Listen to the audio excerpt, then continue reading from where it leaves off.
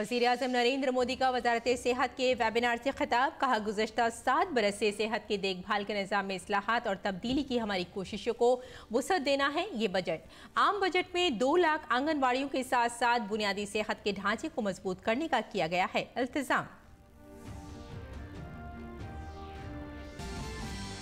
मध्य प्रदेश के इंदौर में प्रधानमंत्री फसल बीमा योजना के तहत मेरी पॉलिसी मेरे हाथ स्कीम का आगाज। वजीर ज़राअत का बयान, मुल्क को खुद कफील बनाने के लिए किसानों का खुद कफील होना जरूरी। कहा, अब बराह रास्त किसानों के खाते में पहुंचती है फसल बीमा योजना की रकम। वज़ीर-ए-आज़म नरेंद्र मोदी की सदारत में इक़्तिसादी उमूर की काबीना कमेटी की मीटिंग। कोयले की तकसीम के लिए कॉमन ई ऑक्शन विंडो को मिली मंजूरी। तमाम शोबों के लिए दस्तयाब होगा कोयला नीलामी का प्लेटफॉर्म।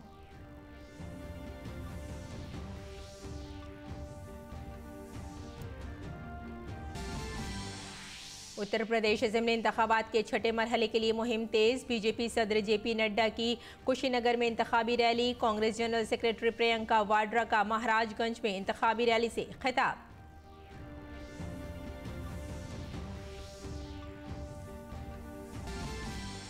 यूक्रेन से निकाले गए 219 भारतीय शहरियों की पहली खेप रोमानिया से मुंबई के लिए रवाना।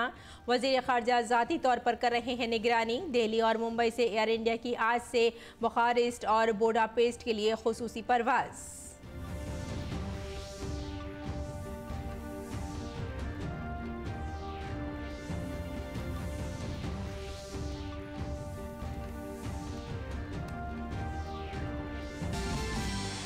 और रूस ने यूक्रेन के जुनूबी शहर मिलिटोपोल पर कब्जे का किया दावा। दारुल हुकूमत कैफ समेत कई शहरों पर रूस ने किए क्रूज मिसाइल और भारी असलहों से हमले।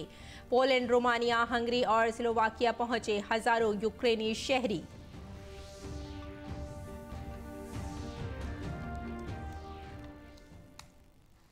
आदाब नाज़रीन, खबरनामे में आपका इस्तकबाल है। मैं हूं आपके साथ रेशमा फारूकी। आइए तफसील से अब खबरों पर नजर डालते हैं। मरकजी बजट पर सेहत के शोबे से मुताल्लिक़ मुनक़्क़दा एक वेबिनार वज़ीर-ए-आज़म नरेंद्र मोदी ने खिताब किया। अपने खिताब में वज़ीर-ए-आज़म ने कहा कि ये बजट गुज़िश्ता 7 वर्षों से सेहत की देखभाल के निज़ाम में इस्लाहात और तब्दीली की हमारी कोशिशों को वसअत देता है। वज़ीर-ए-आज़म ने कहा कि हमने अपनी सेहत की देखभाल के निज़ाम में एक जामे अंदाज अपनाया है। आज हमारी तवज्जो सिर्फ सेहत पर नहीं है बल्कि फलाह व बहबूद पर भी है। ये बजट बीते 7 साल से हेल्थ केयर सिस्टम को रिफॉर्म और ट्रांसफॉर्म करने के हमारे प्रयासों को विस्तार देता है। और जो बजट के शास्त्र के जानकार लोग हैं वो इस बात को महसूस करते होंगे कि डे 1 से हमारी बजट हो या हमारी नीतियां हो, एक कंटिन्यूटी है और प्रोग्रेसिव अनफोल्डमेंट है। हमने अपने हेल्थ केयर सिस्टम में एक होलिस्टिक अप्रोच को एडप्ट किया है। आज हमारा फोकस हेल्थ पर तो है ही, वेलनेस पर भी उतना ही अधिक है। वज़ीर-ए-आज़म नरेंद्र मोदी ने कहा कि जब हम सेहत के शोबे में जामियत की बात करते हैं तो हम इसमें 3 अवामिल को शामिल करते हैं। पहला, जदीद तिब्बी साइंस से मुताल्लिक़ बुनियादी ढांचा और इंसानी वसाइल की तौसी। दूसरा, आयुष जैसे रिवायती भारतीय निज़ाम तिब में तहक़ीक़ की हौसला अफजाई करना। तीसरा, जदीद और मुस्तक़बिल की टेक्नोलॉजी के ज़रिए हर फर्द मुल्क के हर हिस्से को सेहत की बेहतर और सस्ती सहूलियात फराहम करना। जब हम हेल्थ सेक्टर में होलिस्टिक और इंक्लूसिवनेस की बात करते हैं तो इसमें 3 फैक्टर्स का समावेश कर रहे हैं। पहला, मॉडर्न मेडिकल साइंस से जुड़े इंफ्रास्ट्रक्चर और ह्यूमन रिसोर्स का विस्तार। दूसरा, आयुष जैसी पारंपरिक भारतीय चिकित्सा पद्धति में रिसर्च को प्रोत्साहन और हेल्थ केयर सिस्टम में उसका एक्टिव एंगेजमेंट। और तीसरा, मॉडर्न और फ्यूचरिस्टिक टेक्नोलॉजी के माध्यम से देश के हर व्यक्ति, हर हिस्से तक बेहतर और अफोर्डेबल हेल्थ केयर सुविधाएं पहुंचाना। वज़ीर-ए-आज़म नरेंद्र मोदी ने कहा कि हमारी कोशिश है कि ब्लॉक सतह, जिला सतह और करीबी गांव में सेहत की अहम सहूलियात में असर हो। इस बुनियादी ढांचे को बरकरार रखने और वक्तन फवक्तन अपग्रेड करने की जरूरत है। इसके लिए निजी शोबे और दीगर शोबों को भी ज्यादा तवानाई के साथ आगे आना होगा। हमारा प्रयास है कि क्रिटिकल हेल्थ केयर सुविधाएं ब्लॉक स्तर पर भी हो, जिला स्तर पर भी हो, गांवों के नजदीक भी हो। इस इंफ्रास्ट्रक्चर को मेंटेन करना और समय समय पर अपग्रेड करना बहुत जरूरी है। इसके लिए प्राइवेट सेक्टर और दूसरे सेक्टर्स को भी ज्यादा ऊर्जा के साथ आगे आना होगा। वज़ीर-ए-आज़म ने कहा कि जैसे जैसे सेहत खदमात की मांग बढ़ रही है, हम उसके मुताबिक हुनरमंद हेल्थ प्रोफेशनल्स तैयार करने की भी कोशिश कर रहे हैं। बीते सालों में जैसे जैसे हेल्थ सर्विसेज इसकी डिमांड बढ़ रही है, उसके अनुसार ही हम स्किल्ड हेल्थ प्रोफेशनल तैयार करने का भी प्रयास कर रहे हैं। इसलिए बजट में हेल्थ एजुकेशन और हेल्थ केयर से जुड़े ह्यूमन रिसोर्स डेवलपमेंट के लिए पिछले साल की तुलना में बजट में बड़ी वृद्धि की गई है। वज़ीर-ए-आज़म नरेंद्र मोदी ने कहा कि पूरी दुनिया ने कोविन जैसे डिजिटल प्लेटफॉर्म के जरिए कोरोना टीकाकारी में हमारी डिजिटल टेक्नोलॉजी का लोहा माना है। कोरोना वैक्सीनेशन में कोविन जैसे प्लेटफॉर्म के माध्यम से हमारी डिजिटल टेक्नोलॉजी का लोहा पूरी दुनिया ने माना है। Ayushman Bharat digital mission consumer और हेल्थ केयर प्रोवाइडर के बीच एक आसान इंटरफेस उपलब्ध कराता है। इससे देश में उपचार पाना और देना दोनों बहुत आसान हो जाएंगे।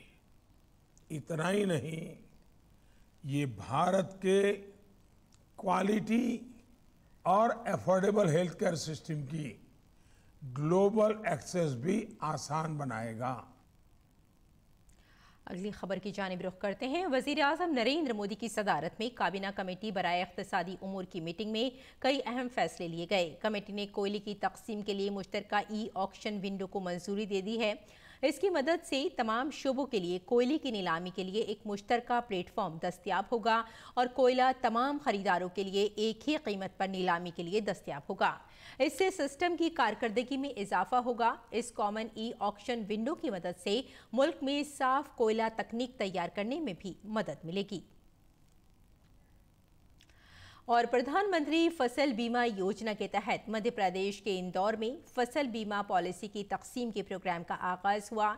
इस प्रोग्राम में वजीर आला शिवराज सिंह चौहान, ज़राअत और किसानों की बहबूद के मरकजी वजीर नरेंद्र सिंह तोमर समेत हुकूमत के कई वुज़रा और सीनियर अफसरान ने शिरकत की।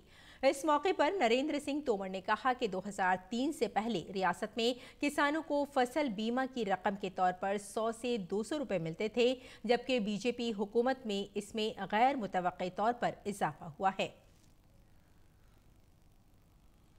एक कालखंड था जब फसल के मुआवजा के रूप में 2003 से पहले हमारे मध्य प्रदेश में 100, 200, 300 रुपया मिलता था। आज 5 लाख रुपए से लेकर 40 लाख रुपया तक फसल बीमा का मुआवजा मध्य प्रदेश के किसान को मिल रहा है। इसके लिए हमारे प्रधानमंत्री जी निश्चित रूप से प्रशंसा के पात्र हैं। उन्होंने कहा कि अगर मुल्क को खुद कफील बनाना है तो किसानों को खुद कफील बनाना होगा और इस सिलसिले में मरकजी और रियासती हुकूमतें तेजी से काम कर रही हैं। भारत को आत्मनिर्भर बनाना है तो किसान को आत्मनिर्भर बनाना पड़ेगा, गांव को आत्मनिर्भर बनाना पड़ेगा, खेती को मुनाफे में लाना पड़ेगा और इस दिशा में लगातार केंद्र सरकार और राज्य सरकार तेजी के साथ काम कर रही है। और अब बात करते हैं इंतखाबात की। उत्तर प्रदेश असेंबली इंतखाबात में 5वें मरहले की इंतखाबी मुहिम जुमे की शाम खत्म हो गई। 5वें मरहले में रियासत के अवध, बुंदेलखंड और पूर्वांचल इलाकों के 12 अजला की 61 असेंबली सीटों के लिए कल पोलिंग होगी। उत्तर प्रदेश में अब छठे मरहले के लिए इंतखाबी मुहिम तेज हो गई है। सियासी जमातों की कारवां ने अब छठे मरहले के तहत आने वाले इलाकों का रुख कर लिया है। बीजेपी के कौमी सदर JP नड्डा ने आज कुशीनगर में इंतखाबी मुहिम में शिरकत की। रैली से खिताब करते हुए उन्होंने कहा कि बीजेपी की डबल इंजन वाली हुकूमत ने इलाके की तरक्की के लिए हर मुमकिन कोशिश की है, जिसका असर जमीनी सतह पर देखा जा सकता है। गांव, गरीब, वंचित, पीड़ित, शोषित, दलित, युवा, महिला, इनको ताकत देने का काम किया है तो वो भारतीय जनता पार्टी, निषाद पार्टी और अपना दल के NDA ने किया है। इसको भी हमको ध्यान रखना है। 2014 में 2015 के पहले जापानी बुखार से बच्चा मर जाता था कि नहीं मर जाता था? मोदी जी प्रधानमंत्री बने, मुझे स्वास्थ्य मंत्री बनाया गया। योगी जी मेरे को BRD मेडिकल कॉलेज लेकर के आए, मैंने ICMR का पहला सेंटर लैब खोला तो गोरखपुर के BRD मेडिकल कॉलेज में खोला, ये आपको याद है। और उत्तर प्रदेश के वजीर आला योगी आदित्यनाथ ने आज काटेरी में अवामी जलसे से खिताब किया। उन्होंने कहा कि आज यूपी में SP और BSP की हालत ऐसी हो गई है कि उनमें अवाम का सामना करने की हिम्मत नहीं है। उन्होंने इल्जाम लगाया कि बहुजन समाज पार्टी के पास न तो पॉलिसी है और न ही कोई लीडर। हाथी तो इस समय फिसल रहा है ना, कभी इधर जाता है कभी उधर जा रहा है। जो पिछली बार हाथी से लड़े होंगे, इस बार वो दूसरी पार्टी से लड़ रहे होंगे। अब उनसे पूछना चाहिए, जब हाथी उनका वजन नहीं संभाल पाई है तो साइकिल तो वैसे पंचर हो जाएगा। होगा कि नहीं होगा? होगा ना। और जो ये राशन खाने वाले हैं गरीबों का, भाइयों बहनों, इन्हीं के लिए हमने बुलडोजर बनाया है। समझ गए ना बुलडोजर की ताकत को? मरकजी वजीर अनुराग सिंह ठाकुर ने गोरखपुर में SP, कांग्रेस, BSP को हदफ तनकीद बनाते हुए कहा कि इन पार्टियों ने गरीबों और आम लोगों की बेहतरी के लिए कुछ नहीं किया। उन्होंने कहा कि गुज़िश्ता 70 बरसों में गोरखपुर में एम्स नहीं था, लेकिन वजीर आज़म नरेंद्र मोदी और योगी जी की हुकूमत ने यहाँ एम्स बनाने का काम किया। समाजवादी पार्टी के बसपा कांग्रेस आई के दावे फिस होंगे, क्योंकि ये लोग जनता के बीच में रहे नहीं, गरीबों के उत्थान के लिए किया कुछ नहीं तो उत्तर प्रदेश की हालत ना होती। मैं आज गोरखपुर में खड़ा हूँ, मेरे पीछे एम्स की शानदार बिल्डिंग दिख रही है। OPD कराने के लिए और अपना इलाज कराने के लिए पूरे आसपास के कई जनपदों के यहाँ पर लोग आते हैं। 70 साल में नहीं ये बना था, लेकिन मोदी जी, योगी जी की सरकार आई, एम्स 5 सालों में मिला, ज़मीन भी मिली और बिल्डिंग भी, डॉक्टर्स की नियुक्ति भी हो गई। दूसरा मैं कहना चाहता हूँ, फर्टिलाइज़र प्लांट बंद हो गया था, लेकिन मोदी योगी जी की सरकार ने आके इसको भी शुरुआत की है और अब कारखाना चल पड़ा है। इसी तरह से ही सरयू सिंचाई योजना भी बंद थी, 57 साल से नहीं बन पाई थी, मोदी जी योगी जी ने 5 सालों में पूरी कर दी। केन बेतवा लिंक प्रोजेक्ट 44,605 करोड़ रुपये का सिंचाई और पीने के पानी का, वो भी शुरुआत कर दिया। मैं ऐसे आपको सैकड़ों उदाहरण गिना सकता हूँ जो कांग्रेस आई, बसपा, सपा के समय बंद थे, चलते नहीं थे, लेकिन मोदी जी, योगी जी की सरकार ने किए। और SP सरबराह अखिलेश यादव ने आज उत्तर प्रदेश के बलरामपुर में एक रैली से खिताब किया। अपने खिताब में उन्होंने कहा कि SP ने अपने इंतखाबी मंशूर में कहा है कि अगर रियासत में हमारी हुकूमत बनती है तो हम किसानों के लिए बजट में खुसूसी बंदोबस्त करेंगे। मैं अपने किसान भाइयों को भरोसा दिला के जा रहा हूँ, समाजवादी पार्टी ने अपने मैनिफेस्टो में लिखा है कि सरकार बनेगी तो हमें बजट से अलग से अगर पैसा रखना पड़ेगा किसानों की मदद के लिए तो बजट से अलग से पैसा रख करके किसानों का 15 दिन के अंदर भुगतान होने का काम होगा। और कांग्रेस लीडर प्रियंका गांधी वाड्रा ने आज उत्तर प्रदेश के महाराजगंज में अवामी मीटिंग की। उन्होंने कहा कि अगर रियासत में कांग्रेस की हुकूमत बनती है तो हम खवातीन के खिलाफ जराइम करने वालों के खिलाफ कानून लाएंगे कि अगर 10 दिन में मुलजिम के खिलाफ FIR दर्ज नहीं की जाती है तो उस अफसर को रोकने वाले अफसर को मुअत्तल कर दिया जाए। उन्होंने मजीद कहा कि मुलाजमतों में खवातीन को 40% रिजर्वेशन दिया जाएगा। कांग्रेस पार्टी कह रही है हर जिले में केंद्रीय विद्यालय जैसा महिलाओं के लिए विद्यालय बनेगा, जहां आपको अच्छी शिक्षा मिलेगी और आपको हुनर की भी शिक्षा मिलेगी। कांग्रेस पार्टी सोनिया कह रहे हैं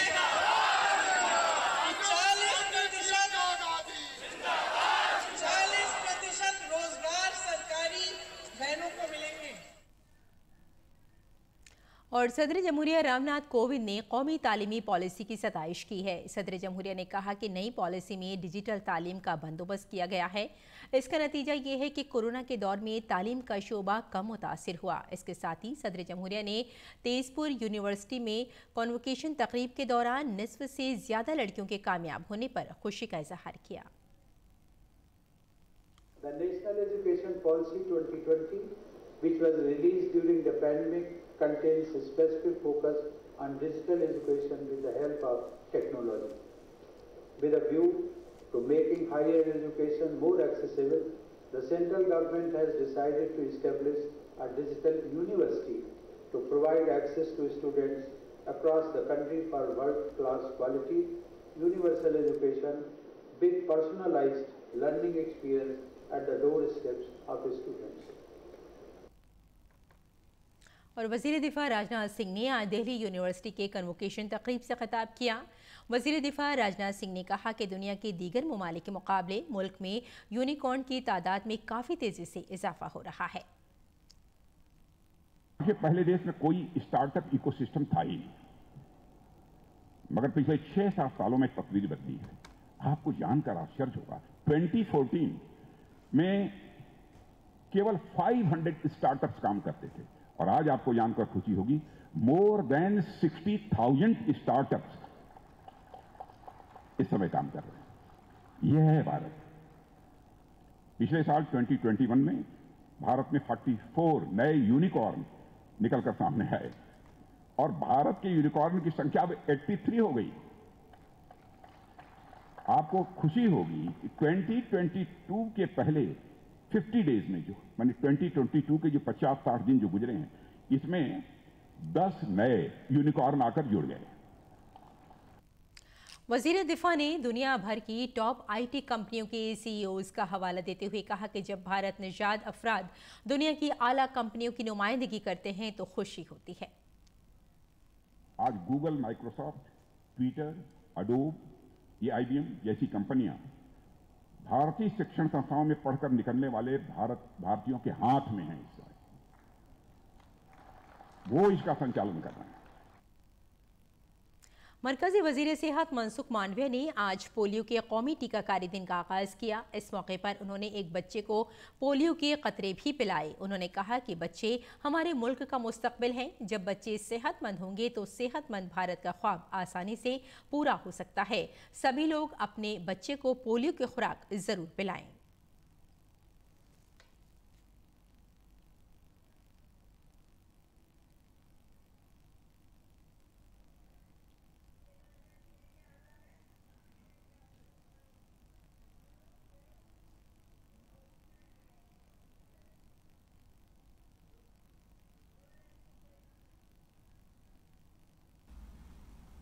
जब देश पोलियो फ्री तो हो चुका है, लेकिन हमारे पड़ोसी देश अभी पोलियो फ्री नहीं हुए हैं। या तो अभी भी केस दिखाई दे रहा है, या तो दुनिया में एक भी केस दिखाई दे, तब तक मैं मानता हूं कि सतर्कता की आवश्यकता है। और इस सतर्कता की आवश्यकता के तौर पर हमें वैक्सीनेशन अभियान कंटिन्यूस चलाते रहने की भी आवश्यकता है। और इसलिए देश के 5 ईयर्स से बिलो करीबन 15 करोड़ बच्चे को वैक्सीनेशन करना है। वीर सावरकर की आज बरसी है। वज़ीर आज़म नरेंद्र मोदी ने वीर सावरकर की बरसी पर ख़राज अक़ीदत पेश किया। एक ट्वीट में वज़ीर आज़म ने कहा कि क़ुरबानी और इस्तक़ामत के मज़हर अज़ीम मुजाहिद आज़ादी वीर सावरकर जी को उनकी बरसी पर ख़राज अक़ीदत। मादरे वतन की खिदमत के लिए वक्फ़ उनकी ज़िंदगी हमेशा अहले वतन के लिए बाइस तहरीक रहेगी। और अब बात करते हैं यूक्रेन की। यूक्रेन में फंसे भारतीय तलबा को वापस लाने के लिए हुकूमत हिंद एक खुसूसी ऑपरेशन चला रही है। इसी के तहत यूक्रेन में से निकाले गए भारतीय शहरियों को लेकर परवाज़ रोमानिया से मुंबई के लिए रवाना हो गई है। वज़ीर ख़ारजा डॉक्टर एस जयशंकर ने कहा कि यूक्रेन से निकाले गए 219 भारतीयों के साथ पहली परवाज़ रोमानिया से मुंबई के लिए रवाना हुई। वज़ीर ख़ारजा ने कहा कि हम पेशरफ्त कर रहे हैं, हमारी टीमें 24 घंटे ज़मीन पर काम कर रही हैं। मैं ज़ाती तौर पर निगरानी कर रहा हूँ।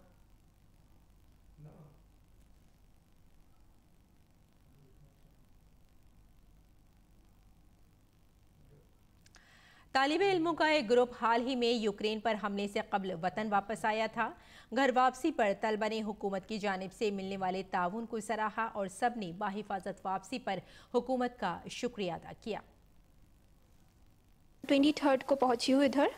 सिचुएशन बहुत बुरा है उधर, like day by day worse होता जा रहा है सिचुएशन उधर। एम्बेसी ने एक रास्ता दिया है पोलैंड और हंगेरिया के थ्रू आने का। हम चाहते हैं कि इंडियन गवर्नमेंट कुछ करे, स्पेशल टीम भेजे और उन बच्चों को वहाँ से एटलीस्ट पोलैंड तक, बॉर्डर तक ला दे, पोलैंड वीज़ा दे, ताकि वो वापस हमारे इंडिया कंट्री में सेफली पहुँच सके। जब मैं आई हूँ I felt very grateful to God कि मैं लास्ट फ्लाइट में बैठ के आई हूँ और मम्मा से मिलके बहुत अच्छा लगा। अपनी एम्बेसी से अपनी ये मेरी अपील है कि मेरे इंडियन फ्रेंड्स को जल्दी से जल्दी इवैक्यूएट किया जाए। वो बहुत ज़्यादा पैनिक और स्ट्रेस्ड हो रहे हैं। सरकार की तरफ से तो यही था कि एम्बेसी ने हमें पहली वार्निंग दे दी थी काफ़ी दिनों पहले ही, मतलब 15 फरवरी को एम्बेसी ने बोला था कि आप लोग चले जाओ। तो थैंकफुल उनका कि उन्होंने पहले ही बता दिया था हमें, वरना अगर हम फंस जाते तो काफ़ी प्रॉब्लम्स में होते इस समय। उमूर ख़ारजा की वज़ीर मुमलिकत मीनाक्षी लेखी ने आज यूक्रेन में फंसे भारतीय शहरियों के बारे में कहा है कि 4000 से ज़्यादा लोग वापस आ गए हैं, लेकिन कुछ लोग अभी भी वहाँ फंसे हुए हैं। भारत अपने शहरियों के तहफ़्फ़ुज़ की तईं पाबंद अहद है और हम लोगों को वहाँ से निकालने की कोशिश कर रहे हैं। यूक्रेन का एयर स्पेस बंद है, इसलिए हम ज़मीनी रास्तों का इस्तेमाल कर रहे हैं। Of January we started building the database, and post building the database we gave a warning also in the month of February 16th if I'm not mistaken, when we told everyone if it's not urgent or important to move out. Some 4,000 plus people did move out, but some are stuck there. India stands by its commitment to protect its citizens. इसी दौरान Ukraine के बहरान पर भारत में Poland के सफ़ीर Adam बोराकोवस्की ने कहा कि Poland और यूरोपीय यूनियन के दीगर ममालिक रूस की यूक्रेन पर हमले की मजम्मत करते हैं। नीज़ हम वहां फंसे तमाम भारतीय शहरियों को निकालने के लिए पूरी मदद करेंगे।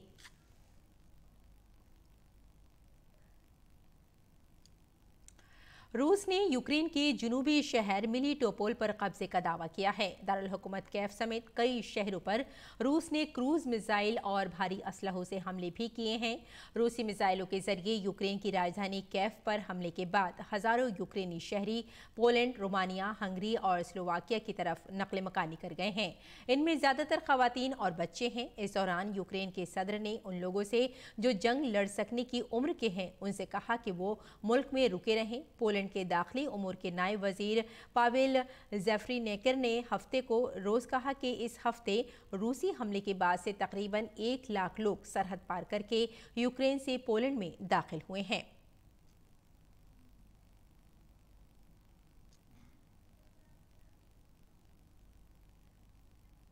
हज़ारों यूक्रेनी शहरी पोलैंड, रोमानिया, हंगरी और स्लोवाकिया मुंतकिल हो गए हैं। नकल मकानी करने वालों में ज़्यादातर खातून और बच्चे। यूक्रेनी सदर ने जंग लड़ सकने की उम्र वाले लोगों से मुल्क में ही रुके रहने के लिए कहा है। और रुख करते हैं खेल के मैदान का। क्रिकेट के मुख्तसर तरीन फॉर्मेट T20 में टीम इंडिया के कदम मुसलसल आगे बढ़ रहे हैं। श्रीलंका के खिलाफ T20 सीरीज का पहला मैच जीतने के बाद अब टीम धर्मशाला में आज होने वाले मैच के लिए मुकम्मल तौर पर तैयार है। अच्छी बात यह है कि टीम की पंच स्ट्रेंथ काफ़ी मजबूत नजर आ रही है। दूसरी जानिब अगर श्रीलंका की बात की जाए तो सीरीज में बरकरार रहने के लिए उसे आज का मैच हर कीमत पर जीतना होगा।